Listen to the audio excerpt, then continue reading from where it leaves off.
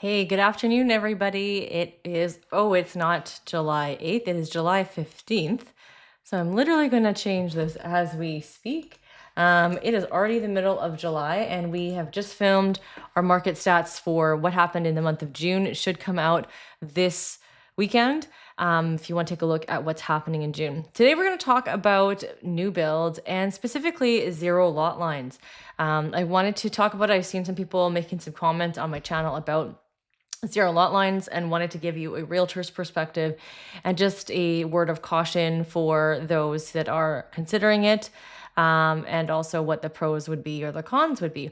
But first, we're going to talk about what's happened in the real estate market. So as always, if you are tuning in live, feel free to comment and ask questions, and I can answer questions as I see them. I'm just going to make sure I have that button pulled up here. Okay, so we are taking a look at the active listings here. Last week, you know that I spoke about how the market has softened and it is swinging more into the balanced market. You'll hear me talk about that as well in my market stats. We are shifting, the market is shifting, has shifted, and you'll see that the number of active listings, we've talked about this over the last couple months, that the market listings keep continuing to rise. Now, these are single family home listings specifically. So these numbers you can see in the surrounding areas haven't changed a whole lot week over week. But in Edmonton, we started to see quite a bit of a climb. And once we hit that 3,000 mark, we are technically more in a balanced market. It depends on the area. Some areas are going to be more in demand than others, but you're starting to see when you drive around probably more and more listing signs. Things aren't flying off as quickly, especially if we look at certain price points, they're not moving as quickly.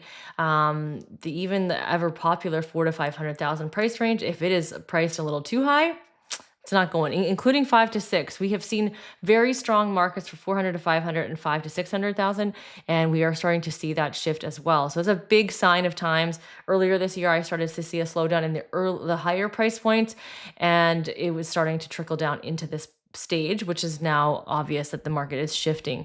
Now, how many deals went pending? How many people wrote offers on single family homes in the last week? In Edmonton, you'll see that we did jump up a little bit. Just under 40 listings went under contract. Again, in the smaller areas, not a huge difference except for Sherwood Park went up by 10 and Spruce Grove came down by 9. Now, if we take a look at sold in the last 7 days, this compared to the week before, you can see we had an influx of sales this last week. In Edmonton and in St. Albert, you've got 25, just slightly more. Sherwood Park, slightly more at 5 more, and Spruce Grove, slightly more. So a little bit of a more people removing conditions, which means they probably wrote that offer at the end of June, which makes sense because we started to see summer months start to hit it in July. And believe it or not, it's already middle of July. Next week, when we're seeing how many people are actually writing offers. Things are definitely going to be quieter now and moving into the later weeks of July and then early August before you might see a little bit uptick in sales right before school is, or even at the beginning of school, to get people to move in before the snow starts to hit. I know I just said the S word in July, but have you been to Costco? Halloween stuff is already out, and I'm sure the snow pants are going to come out in like the next week or two. So, just saying what it is. It doesn't snow in July, but it usually happens at the end of October. And so, people are trying to think, how can I move before that time period? So, if we talk about last year at the same time this week as last year at this time this week, what is happening in the real estate market?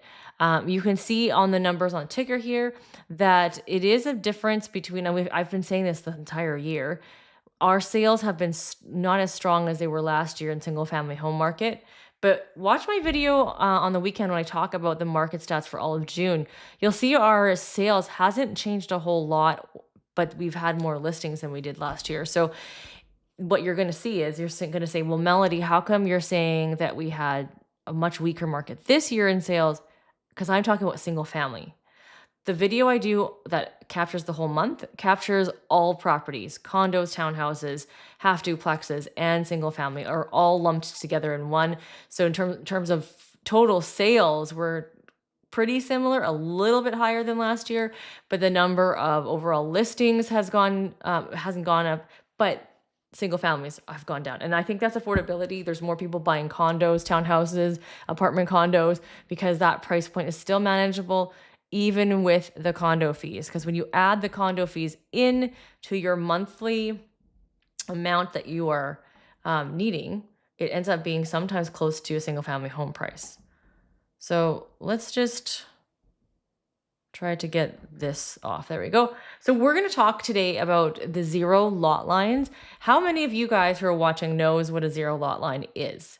Now, trick question for you. Are zero lot lines a new concept? Now, if you were around in the 80s, which I was a child at that time, Edmonton did have zero lot lines. They still have them. Obviously, these homes are still in existence. In the southeast side of Edmonton, there are zero lot lines. Now, they look a lot different than what you're used to seeing in the new build area. And at one point, they paused all the construction of this because of fire hazard. Okay. And now they're back. I mean, not now. They've been back in a flurry, whatever you want to, whatever word it is. And the zero lot line concept, I have a video on my channel about zero lot lines. You're sharing, your house is on the property line. So your neighbor doesn't have to build a fence or you don't have to build a fence because your house is the property line on the one side of the house. And then from the back of your house to the fence is your fence. And so it does that on every house, just for every side. You have what's called an easement on your title so that if you need to access that side to fix your siding or do whatever, that's on the title. So you're actually able to access that property. Of course, having good neighbors is something that you have to be concerned about whether you buy a zero lot line or not. I know I saw a comment about bad neighbors, but you can have bad neighbors in a regular lot and you're still going to have issues. So you want to be careful of that. And you also have to understand that zeros are more and more and more and more the only thing you can buy. Some of the biggest lots now are 24 pocket. And if you've been following along, 22 pocket, 24 pockets are something you usually see that are even duplex sizes, those ones that share the wall in between. When you look at the 26, 28 pocket, those are long gone. They're not as common anymore and they're getting smaller and smaller. So I want to show you some market stats. If you're watching and you want to see Southwest West community, what's happening in that area, I'm going to show you some areas. For example, Secord has zeros, and then I'm going to show you other areas that they don't have zeros, like Granville, and you'll see the average price of that neighborhood is different. You know, developers are putting more and more homes into neighborhoods so they can obviously make more money, but then it becomes like an issue when it comes to just how much traffic is inside of a community. So I'm going to pull up information about Secord to show you. Secord is a very affordable neighborhood, and honestly, like, we lived there for 10 years and we loved it. But you have to understand what you're getting yourself into. There are homes in Secord that are not zero lot lines, and there are ones that are. We bought a house that was not a zero because back in 2009, zeros were not a thing in these new areas quite yet. So if you take a look at what we're looking at here, you can see the average price point in Secord in the last 30 days is $534,000. Now I'm pulling up all single family homes, including laned homes, townhouses, duplexes, whatever is sold in the last 30 days. You'll also see all the actives. So we're seeing a lot of actives, 36 active properties. That's a sign of the times as well in terms of how many homes, how fast things are moving and the price points.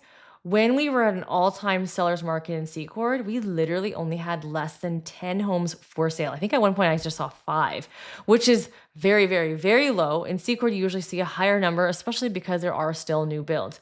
Now, Secord's starting to be almost fully completed, and they're now moving into an area called Rosemont, which I believe is still going to be considered Secord for MLS purposes. It's not technically Rosenthal, even though it's the neighborhood right between Rosenthal and Secord.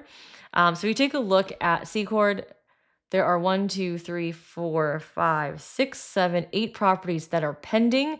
You can see some of them been on the market anywhere from the lowest is 12 days all the way to 75 days on market.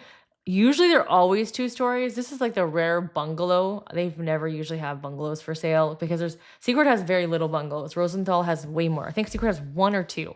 And then if you take a look at what's sold, you can see from number 45 to 70. So 25 sales in the last 30 days. That's still not bad, but that's the last 30 days. We'll see what July ends up bringing.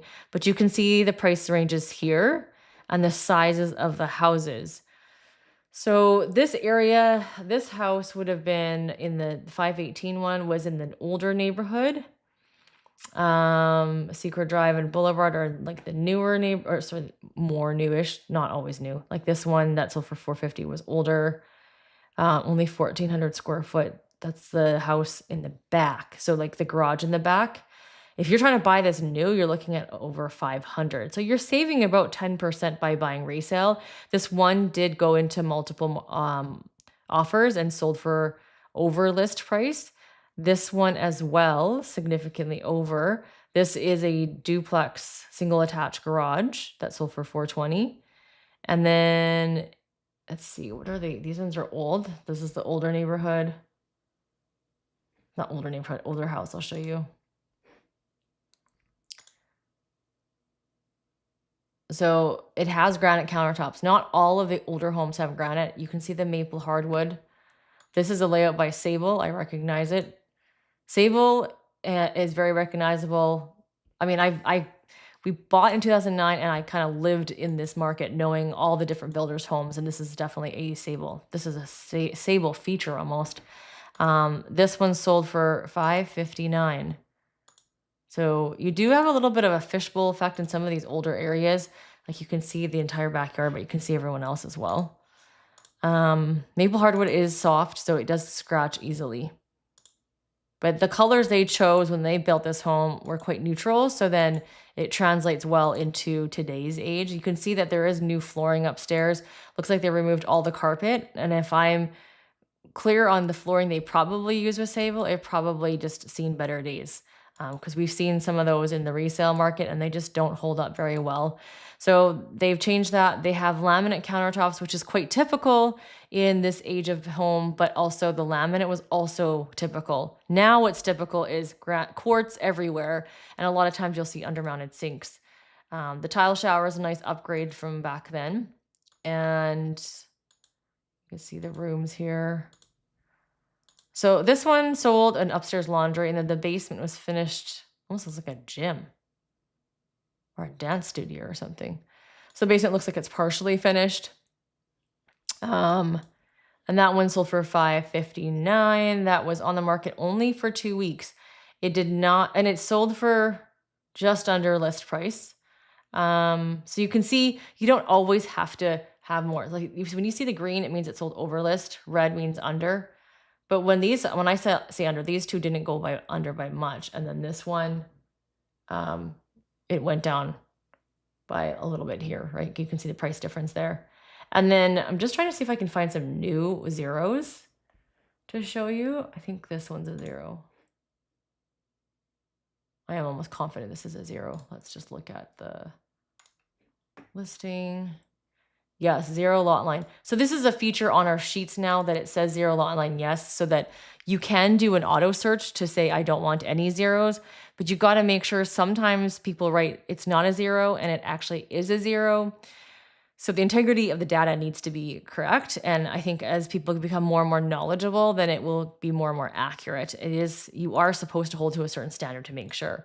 But this one is a brand new home, never been lived in. This looks like a Coventry layout, actually. I'm not sure who the builder is, but it definitely looks like one of their models. And obviously the basement wouldn't be finished. Let's see, this is Parkwood actually. It sold for $595 and it's 2,000 square feet. So that's this one. So something older that's not a 0 sold for significantly less, like 50 grand less. But you're looking at 10% more when it comes to the new build. Now this has been on the market for 115 days. They still have a lot of new builds that are not showing up here in the 600 ranges.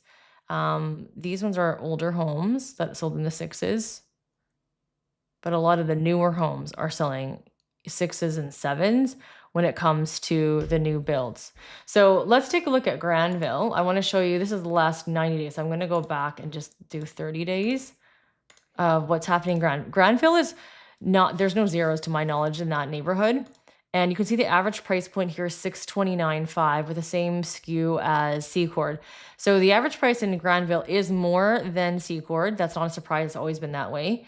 And then you can see the difference in price ranges in terms of what's available from 449 to 1.1 million. So that's new. I haven't seen homes over $1 million sell in Granville quite yet, but you can see the highest sold in the last 30 days is one at 799, 2,800 square feet, and it's just a regular lot. It is not a zero lot line. You can see. Also, if you take a look at these side panels, when you're zero, it's literally right here and right here. It is not much of a garage. This is a nice, healthy size garage. Looks like it's backing onto green space as well. And the floors look redone. You've got the kind of curved staircase, quartz countertops on the main, nice view, fireplace that's electric. Curved staircases cost money. You've got some coffered ceilings, surround sound, countertop oven. Let's go look upstairs. So these are nice sized bedrooms too. And nice shower. So there's been some upgrades done over time. That one sold for $799. Literally, it sold for a little bit less. Let me just see. Built in 2015. So definitely not a zero. If you take a look at this structure, you can see this one actually backed onto Glastonbury. So the fact that it sold for $799 backing on a road, if it wasn't backing on a road, it probably would have sold in the $850 range is my guess. So that's kind of what's happening in Glastonbury, in Secord, just two west neighborhoods that I thought I would compare. If you have any questions and you're watching live, make sure to comment, and then we'll talk about that in our video next week. Bye, guys.